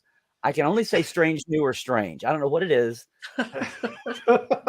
But we know what you mean. We had the aliens basically tone, right? And that was the xenomorph, hatchlings, and the whole thing with the egg laying and the gruesome and all of that. It was cool, but people kept going, but the Arena Gorn, are we totally? And you saw like they were spastic when they were hatched. They attacked each other, so there's like a dominance thing going on. They're hyper competitive. And then you saw some that were a little older. They weren't spastic. So it looks like, and then you get it more of that here finally. And even when you're on the planet, when you're on Parnassus and you're seeing them be older, and the one that's older, it's like they're born frenetic and hyperkinetic, and then they very quickly age. And that's a survival.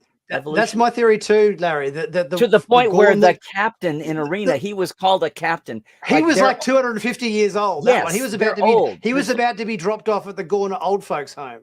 And they apparently lose their tails as they get older. With Godzilla. Yeah. So his tail dropped off. He was about to be put out to pasture, and they dropped him off. Maybe this planet that Kirk was on, that was the goal, with the planet where they dropped the 250-year-old Gorns off to die, and when their eyes go into all cataracts. Yes. And they give them a lovely, what is it? What's that material that ladies' purses are made out of? The fabric that the Gorns costume was made out of in the 60s. Oh, yeah. That sort of, is it like glow mesh or something, they give them those outfits, and but I completely agree with your theory on that one, Larry, that yes, the Gorn that fought Kirk was like ancient, decrepit, old Gorn that was, past his prime and put out to pasture. Well, no, I mean, that he could be in his prime. That's just their natural, because he's a captain, he's an elder. The first time we see a Gorn captain now, and it'll blow my head cannon, I'm sure they won't go with it. But for right now, I'm clinging to this. Otherwise, you just go with #species diversity again, and we go, okay, it was another planet of Gorns. It was they have a big chunk of space. It was whatever. Wow, I love that as well. It's good to there's a line in Arena that basically he says to Kirk, come to me. I'm getting tired of chasing you. Come to me, and I'll make it a quick death. Which I love is basically the Gorn way of saying, I'm too old for this. Denny Glover Gorn. Yeah, exactly. Yeah. when they he's first, a lethal weapon. This is like going back and watching the tape very closely in a muck time of the T'Pring reveal, and you go back and you see exactly who saw and said what. The whole thing about T'Pring and Chapel and Spock and Mbenga now. And I did the same thing with Arena the first time with the Gorn. And if you look at the transcript and see, Kirk says, because people all assumed that was first contact with the Gorn, and they tread on that lightly in the beginning of Strange New. And Lon says, well, we knew they were the Gorn. The official record says, reputed to be the Gorn. And now they've hit it on the head. But Kirk says something to the effect of, I am here on a planet with a creature that calls himself a Gorn, or a creature that's called Gorn. And you could almost interpret that to say, and I have for my sanity, to say that the Gorn that Kirk met was a shock. So I'm hoping that we never see old Gorn captains in Strange New, because he was so different that Kirk didn't identify him as a Gorn from all the records that he'd been able to, Pike's records and the Enterprise records. Does that make sense? Yep, I'm clinging to that. It does. They've actually mentioned that they wouldn't do the Gorn like that, I think, in Strange New Worlds. I did see that mentioned online. But it was good to also see, I guess, the dexterity of the Gorn in that xenomorph type mode, when particularly you had the zero G battle, but also it having a bit of a go trying to access the command system, and it was getting computer says no, or whatever the computer was saying. But because we're sort of saying, how do these things actually interact? How can they build ships? How can they interact with equipment? Have a military structure, yeah. How do they have how do they have advanced technology? How do they have a spacefaring warp drive? How do they have combat and tactics? Which people used to say about the slow motion rubber suit Gorn. Like, really? How does he react? How can he push? He's got a crew to do it. But that having that adult, I'm going to say the adult Gorn in the spacesuit fight was a really nice midway bit. I could see him being an advanced species that wasn't so spastic that they couldn't calm down long enough, to have an advanced culture and accumulate a history and technology and science. He could, and that the one that they fought, and then they shatter the helmet and all that. Aside from being so cool to see one in the spacesuits, like, thank you, he does look like the Gorn from Enterprise. He's got that neck structure that looks more like a lizard head than a plastered on rubber head. Anyway, that was criticized at the time, but now in hindsight, you can go back and pull that in. I mean, did you all think that? Did anybody? Because it's like the Gorn from Enterprise is like the hidden little thing. We always jump to Arena back and forth on these comparisons, and it's like, well, you may not have liked it at the time, but it was there. And I just think what's happening now, planned or not, is I'm waiting for it to all get blown up. But for now, I can make it all make sense. Yeah. and have them be technological and advanced, and Absolutely. Darren Wogan, he asks, why no check if anyone else was alive in the saucer? This is a very good point, Darren. Good point. The fact that obviously Spock rescued Chapel from the saucer section, so obviously she managed to survive in an area that had oxygen and everything on it, but they planted their rockets around the ship, and they said, let's just launch this saucer section down to the planet surface to destroy the inhibitor, or whatever it was. Was it the inhibitor, something inhibitor that they gone and planted on the planet surface? Interference or something? Interference. Sorry. Yes. Yeah. And yes, why was there? I mean, obviously they couldn't scan the saucer section because they didn't have sensors to scan it. I guess they figured you're on your own. If you can get out by yourself, if you can get into a spacesuit like Chapel did, then good for you. Otherwise, we got to launch this thing. I suppose. Did you guys think about that element of logic? Watching that saucer go down, I'm actually convinced there were more survivors, and it kind of adds a little bit of tragedy to it as well, in my opinion, that I'd say we'll be able to get a lot of discussion over, should Spock have spent more time searching for survivors? And on the one hand, yes, of course. On the other hand, there wasn't so much a ticking clock as a phaser to his head going, you've got seconds, you've got to do this. Yeah. And remember, of course, finding Chapel, because Chapel was very, very, she got up, she got herself out, she, got her own EV suit on. She got herself off that ship. Spock didn't help in that respect. Spock was there to do one job. And she's banging on the window, going, hey, I'm in here. Yeah. Oh, and then he just flew on by and didn't even see it. So, quick question: where was she? Because was she in Med Bay? Because I thought earlier in the episode they'd mentioned that got wiped out. It was in the section that was blasted away, but she wasn't in Med Bay. Yeah, she was in one of the corridors, because I thought there was when she goes into, now it turns out to be a quarters, But I was just like, oh, that's all very white walls. Has she just gone into sickbay? Did they just say, oh, no. And then it turns out, no, it's just a crew quarter. So no, she was in a corridor. So she survived. I'd say is a very good chance other people survived as well. And yeah, which is a bit like, unless they have EV suit storage in sickbay, which they might, but that's typically been seen. I don't know about the era, but at least the design team in Toronto, they love to put EV suit lockers in corridors. So, yeah. I know, very unglamorous. Logically, I had the same thought too. It was like, well, I thought sickbay was exposed to space or whatever, but was there a force? There was still power, and there was still an alarm saying, and there was still oxygen artificial levels low. gravity. Doesn't matter how damaged the ship gets, there's still artificial gravity. Like my Except for the grandma bridge. always used to say, the gravity is the last thing to go. Yes. I don't know.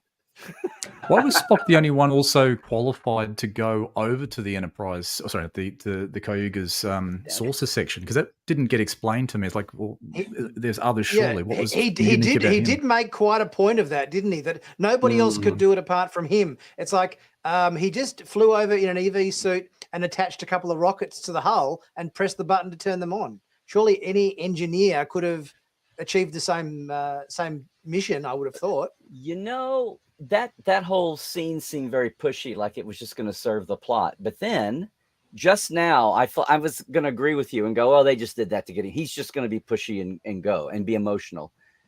And then I thought, remember, there's a Spock in the space going amoeba.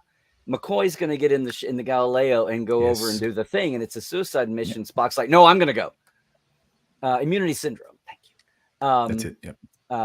So I thought, I mean, there are a lot of times watching Strange New Worlds, and I'll start to go, the same thing with the Parnassus Prime City. Really? Gosh, how convenient. The Back to the Future of Hill Valley Town Square. Yeah. And I thought, at least they mentioned it. Wait a minute. This you want canon? This is so TOS. It's like, okay. Hey guys, you want to lead into Kirk time? We're leading into Kirk time. Look, 5,000 people who are obviously probably humans, but they're not a Federation colony. So they just ran off, got off Earth or wherever they were living and got off. And let's go into a place where we have no protection. Let's go up down in the Gorn Klingon nexus. Right next to right, like literally on the border of Gorn space, where there's no protection. They're outside Federation space. That seems like a really good place to set up a colony, guys. Nothing can possibly go wrong. Yeah. And they seem to be aware of the danger because they didn't want to sort of join the Federation and put a target on their back. So it's like, this is some dickhead logic here. Sorry. I'll call it that. Yeah. You know what? Sadly, in the times we live in, I can totally see it. I can see 5,000. If you do this, you will die. Nah, not me. We'll be right. They had their freedom. They had their freedom to be unprotected. Yes, totally. And then it became an absolute slaughterfest because out of 5,000 people, I mean, it was only like a couple of hundred, I think, if everyone was sort of counted in that get together. I mean, in that last room when we saw them getting beamed up to the Gorn ship, obviously there was La'an and Benga and Sam Kirk and Ortegas, but there's probably only about maybe 15 other people in that room behind them, perhaps maybe 20 at the most. Yeah, they I know Pike says a couple of hundred people. I was just kind of like, listen, I get it's fine. They're in the next room or something. They're in the next warehouse. In the next room over. Yeah. Yep. Okay. Yeah. My question is, where did they start beaming? I thought, they're beaming that whole group, and I thought, cargo transporter, and then they're in the sick bay transporter pad. I haven't watched it enough to go back and check, but. Yes, that's where Pike and Scotty and Battelle got beamed up directly to sickbay. Yes, so in very TOS fashion, they constantly talk about the transporter room. Go meet me in like they did on the original series, until Mike and Rick go. We're going to need like 5 or 6 transporter rooms. For whether it's 1,000 people or 200 people, we were really gonna have time. We need more than 6 people to beam at a time. Story MacGuffin be damned or whatever. But like anyway. I'm happy to be correct. I don't think we ever saw beaming to another part of the ship in the original series, not in this way. Until it was experimental in Day of the Dove. Perfect. Oh yeah. And they said they called it intra-ship beaming, I think. No, site-to-site beaming. I'm trying to remember which was the TNG term, but they did it once, and then by TNG time, 100 years later, it was like, oh, we can do it. It's part of that was just move the show along. Don't have everybody tromp down to the transporter or like beam directly to sickbay kind of a thing if you're incoming. But they've gotten he actually makes a notice. Pike says beam crate. I love how the crate has a special number. Like I think it's going to be the Ark of the Covenant in there or something. Just thinking that. It's like, really, all of this just for super duper cool new Gorn weapons? You got all this dance about it, but every ship now has one. And they made such a point of establishing the freeze grenades that they never even used. So I'm assuming they're going to come into play in episode 1 of season 3. Because you gotta live 2 more decades and you'll get to see them. Yes. Because normally when you look at this freeze grenade, they are lethal to Gorn, blah, blah, blah, whatever the line was or whatever. They made such a point of introducing, because they didn't really talk about the phases having been retuned to like obviously with the Borg, how they reprogrammed the phases to a cycling frequency or whatever, so they can't adapt as quickly. But they didn't really. They say these phases have been modified somehow. And I know Spock was sort of scrolling through the instruction manual on the pad there, but yeah, they didn't. They made far more of an effort to introduce the freeze grenades that never got used in the episode, which I thought I was kind of waiting for it, and then it just never happened. So, but there's just going to be a fireworks show. There was a few things this season though that they introduced that they never paid off. Like what the hell is this? Or this thing that the eye wipe thing that Mbenga and La'an were doing all season. It's like, when is this going to get a pay? The whole season played out, and it's like we don't get an explanation for this whole season eye 6 thing. Season 6. It's a long burn. So what other aspects of our season finale do you think were worth mentioning? The introduction of Scott. We're going to talk about the introduction of Scotty. Now, I think the actor that played Scotty, I think he did an awesome job of playing Scotty. The only criticism I had is that he should be 20 years older. That was It was like it's like, hang on, wait a second. Ethan Peck is 37. Paul Wesley is 41. I forget the name of the actor who played Scotty. Brian something. Martin Quinn. Martin Quinn. Quinn. Sorry. Yeah. Martin. Not Quinn Martin, but Martin Quinn. Quentin Martin. Yeah. Martin Quinn. He's 26. So it's like, hang on, when season 1 of original series aired, James Doohan was 45, which means Scotty should have been about 40, not 26. So that kind of, even though, look, I think he did a great job. I think he was a fantastic actor. He got all the right beats and everything right in terms of Scotty-isms and everything like that. It just seemed to me like he should have been about 20 years older. I sort of found that he was. Oh, sorry, you go. I was just going to say, I think he was said to have been in Starfleet for like 20 years before season 1 of the original series. Because I was trying to do a quick kind of like, right, do we have names of ships he served on? He runs all through all that in Relics. He actually has kind of a sketch of a bio and says, I've served on, I don't know, 12 ships or 18 ships or something, blah, blah, blah. And this was the best one. But you get a sense of he had that long.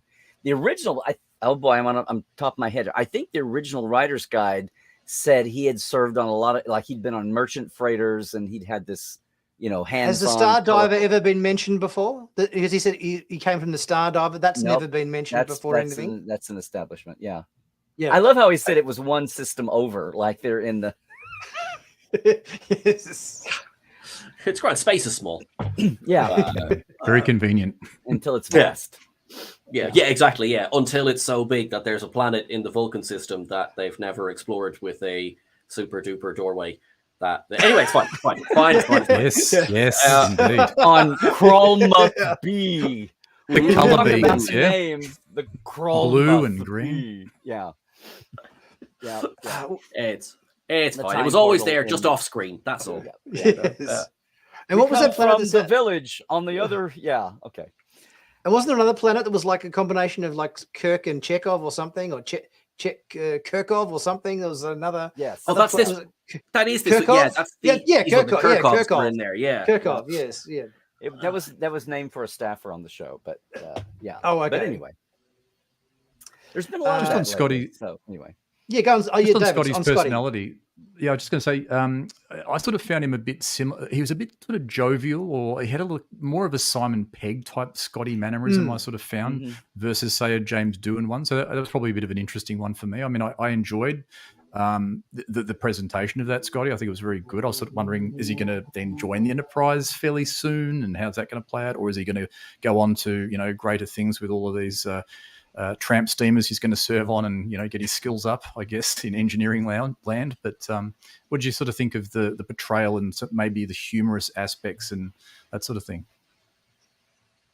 I totally agree with you in terms of the influence coming more so from Simon Pegg than James Doohan. I think, yeah, some of the inflections and the way he sort of was delivering lines that were very, very, very Simon Pegg-ish, I thought. So I completely agree with you there. I mean, he's obviously, the actor's Scottish in real life, so it's the first time we've had an actual Scottish actor play Scotty. right, yeah. Authentic. Got closer each time. Started Canadian, then we went English, and now we finally got to Scotland. Yes. Which is what the Scots would say. Finally, it's he did a great job. I just like this thing about let's let Pike's crew be Pike's crew. I just wish, because there's the thing, I was already excited from Binga, because Mbinga was a character later, and I'm waiting for all of them to, Chapel we know goes away and comes back, and I'm waiting for Mbinga to do that. Maybe it's the assassination of Gaul of what's his name. Maybe that's what's behind it, or maybe he has to go off on his own and do his own, go off on his own Vulcan quest or whatever. But like we've got, so now we got Scotty, and I'm like, okay, so is Sulu next? And my guy McCoy wins, because Mark Piper is the doctor, is the CMO before McCoy is, and there's a whole thing about why isn't Benga, subservient to McCoy. I don't think he cares about being a CMO. I think he's going to be there purely for anyway, there's all that. And again, it's the 7 years gap, and 8 by the time you get to second season. But our doctor was in, I'm hoping Scotty dances in and out and Pelia stays, but I don't think that's what's going to happen. I just, yeah. Because our doctor that was in the cage, Voice was gone. Yeah, he's well and truly gone, because this era of the Enterprise is Pike's second 5-year run, because all that stuff that went on with the cage and everything, that all happened on the first 5-year. Well, even the Discovery Enterprise was 2 or 3 years after the cage. So 54, 56, 57. Now we're in 59. Sorry, I'm shorthanding, but it's that crazy decade of the 50s of the 20s. Yes. But yeah. So just to wrap up, looking back at the season as a whole, the whole 10 episodes.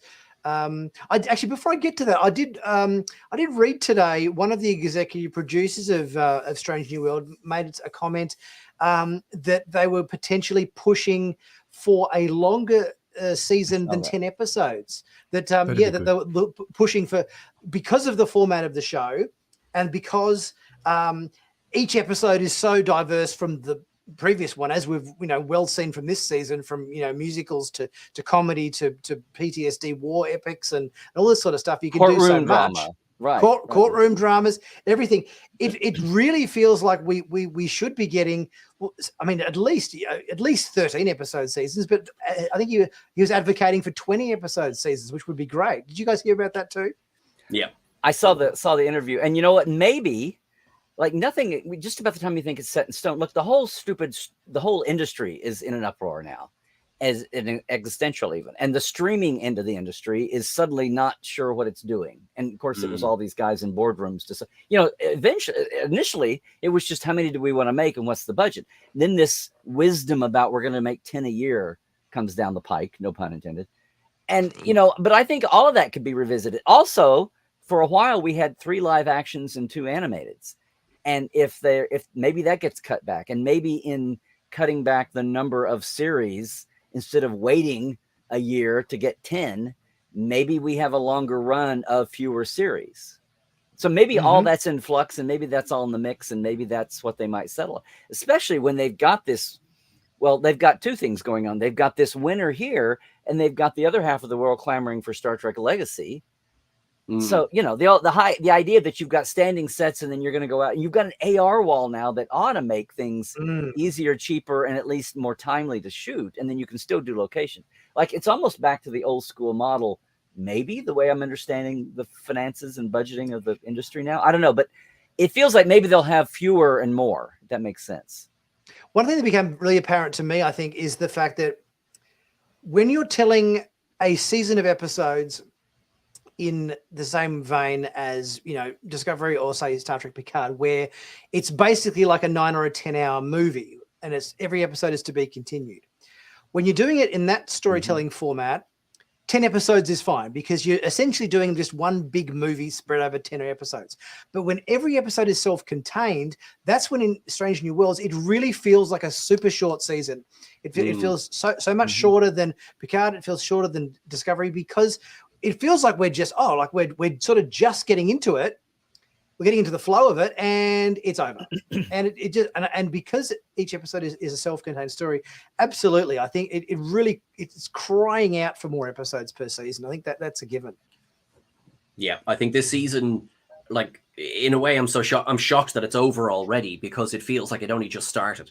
And that's not a comment on the quality of the season. It's the fact of just like, oh God, like I'm only just settled into it. So actually, I agree with you, Larry, that I think I know obviously Starfleet Academy is on the slate to go into production, but now that Picard's finished up, Discovery's, obviously we need the last season to come, but that's finished up, and unfortunately, Prodigy is in this amorphous. We're getting season 2. We don't know how and when, and but yeah, I think let's lengthen.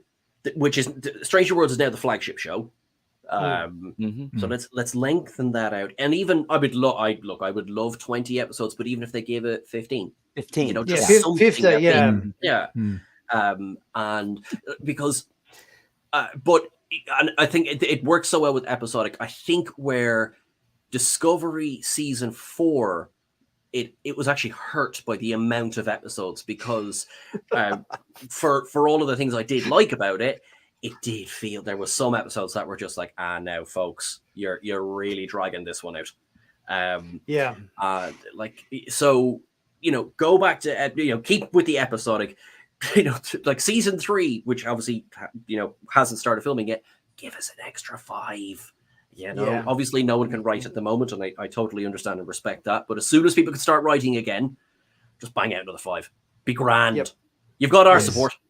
I think they could also take like a Walking Dead approach. So maybe have 16 episode, cut into 2 blocks of 8 or something like that. It might be very untracked to do that. I don't know how it would work from a finance perspective, but I just would be also concerned that they're going to, not up the budget and cut the quality just to get the extra episodes out. You've really got to have maybe, do a 8, have a little bit of a break, maybe have a cliffhanger in that on that 8th. And then bring it back for the 9th and 16th. I think that might work. See, that's what's going on now, though. In the old days, they sat down and budgeted TNG, as long as it didn't blow up and was a complete failure. They budgeted $1.5 million an episode for 7 years, at least 5, maybe 7. And that's why at the height of its popularity, they said, no, we budgeted 7 years. That's what we're going to do. We'll put these guys in movies. And part of that was their fame and the clout and the attention of the show was there. But the idea of even like entertaining one more season of the most popular, show of that era, no, we're not going to do it because we'd pre-budgeted all this and, the amortizing and all of that and the tax, whatever, how it was set up. And all the assumptions about streaming is that they've been, coalescing down to this, 15 and 13, but now apparently, and then kill you in 3 seasons, which is Netflix has done for all, but like our top 1 or 2 shows, everybody else, if you're lucky, you get 3, and that's it. That's just what you expect. And that model of Paramount, syndicated, and then UPN was 7 26 episode seasons, and that's how we'll package it, and that's how we'll get to well over 100 shows. The old reasoning about 100 to syndicate and all that. And the Enterprise is cut short, but they still had 100 episodes when they did 4 years. And that's that. But that whole paradigm is out the window now. If we're not going to keep up with commercial driven old network, American network style, budgeting and structure. But the thing they were basing on has been blown up now. So where does it land now once they figure out whether the whole streaming model even works or not? Because it's all about eyeballs, not people watching commercials, and you charge by the, you charge the advertiser, and that's your budget. This is direct subscriptions. And as they say, Netflix thought this would go on forever, and it's topped out. So now what do you do, guys? And they've got to reinvent that. I think one thing that Star Trek Picard season 3 has proven is that you don't need to spend a ridiculous amount of budget to tell good stories and have an engaging season that everybody just connects with completely. Because Terry Matalas did season 3 of Picard on a fraction of the budget on the first seasons preceding the 3rd season of the show. And if you think about most of those episodes in season 3 of Picard, it was pretty much a bottle show. Most of the episodes were on the bridge of the Titan, on the Titan sets. There was some stuff going on with the Shrike and everything, with Amanda Plummer and everything on her ship, but they weren't. And you had the District 6 area. Yeah, and exactly. But they weren't. You think about, they weren't going to Iceland on location to walk over the fjords like they were doing in Discovery. All that black sand and everything. We don't need that. Just But what was driving that? They were trying to. What was the big thing of the day? Game of Thrones. They were trying to, equal the scope, not just the scope on film, but the scope in the PR. The marketing. Oh, look, this is Star Trek. We're filming in Iceland on the fjords, and look at how it's a new generation, and we're launching a new. It was all about the bragging rights, and now it's like, fuck that. We're gonna just get the show done and tell a story. Fiddle that. And occasionally, and I'm not saying don't go exotic, but what I'm saying is, it seems like a million years ago that that was the whole thing. We've got to be Walking Dead. We've got to be Game of Thrones. Now it's like, just be Star Trek. Yeah. And occasionally splurge, but we'll put up with a lot. But now that was before they had the AR wall. They can do so much. I don't want to lean on this crutch. When you compare that AR wall to the Planet Hell set from Next Generation, which you look at it, and it's just the white cyc of a studio wall with a coloured light, shone up the thing, and a few pot plants scattered around the room or whatever it was, And what they can do now with that AR wall is just talk about chalk and cheese, yeah. Well, even better than, you think about the alien landscapes, and they've done that, and that's obvious. But even in Under the Cloak of the War show, under the flashbacks. Yes, it was Cloak of War. The flashbacks. Yep. I was calling them the facer tracers, but just to have that battle going on in the background, it was all digital, and having that constant motion, and they're over here on the edge of the battle, but they're in they could be overrun, but we've got some buffer distance. But just use the AR wall for that. And it's all in dark shadows, and we're not getting like epic space landscapes. It's doing what it needs to do, which is give all that depth and texture, and not, and it's not being matted in and now we cut away to here's the effect sequence, and then we cut back to the live action, but it's going on in the background while they're there. It's the best of both worlds, but you can do that now. So that kind of alters absolutely, what you can do anyway. And from an actor's perspective, when they're there shooting the scene, surely that's got to result in a better performance from your actors. If they're working in an environment where they're seeing, things exploding and it's all coming up on the wall and everything, surely they've got to look at their performance as being far more truthful than if they're just in a green screen studio acting to a tennis ball on a stick. Here's the cross of the tape. Now everybody look at that one spot, or the tennis ball on the stick, because it moves. Yes. Yes. Sean has a question for you, Sean. Which ep had a shuttle named after Larry?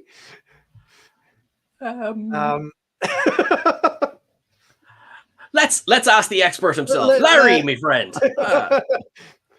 It's a next gen episode. It's because Jerry Taylor hated coming up with alien names, and my book was on her desk, and it's the greatest thing in the world to have named after you. The crappy alien rattletrap shuttle that the character, anyway, it's the one that almost kills Picard and Wesley. It's Final Mission's alien shuttle. Oh, right. And she took 2 letters and changed Nemecek, and it became Nenebek. And so the Nenebek shuttle. Yeah. So the one thing in Star Trek that's named for me ish is the thing that almost killed Picard and Wesley. So there you go. And you know what? That just seems right. How apt. How very apt. Yeah, you go. Yeah. To wrap it up, because we're almost at 2 hours, so we'll just quickly wrap it up. Favorite episodes of the season. Let's go through favorite episodes of the season. Sean, those old scientists. Yep. Larry. Oh, I knew you were going to ask me eventually. I hate this kind of thing. No, it's too soon. It's too soon. Yeah, I love. Too soon. Give me 2. Give me your favorite 2. Well, those scientists, okay. And I'll just say that we're trying to wrap up. You don't want to hear me pontificate. David, favorite 2 episodes of the season? I liked that as well. I also liked Tomorrow and Tomorrow and Tomorrow. I did kind of like that episode too. That had a bit of a special dynamic for it. But also, I mean, come on, let's put the Rhapsody one in there. Let's split some opinion here. Yeah. Let's stir the mix up a little bit. No, I'll go with the consensus of the audience and say, both Those Old Scientists and Subspace Rhapsody would be my 2 favorite episodes of the season. I think they were definite standouts, which were great. We just hit 2 hours. So I think that's probably a great place to wrap it up. The show for the day. Thanks to everybody who's come by and been part of the chat and everything that's been going on as part of the live stream. And Sean, thank you so much for coming along and being part of the show today. And also Larry, thank you so much for getting up early on the West Coast there. And we're almost being. Are we almost to Denver? Okay, can I wake up now? Okay. Yes. I snooze on the first leg. Okay, no, we're good. There you go. Thanks for having me, though. No, absolute pleasure. Anytime. Yeah. And David, I just realized.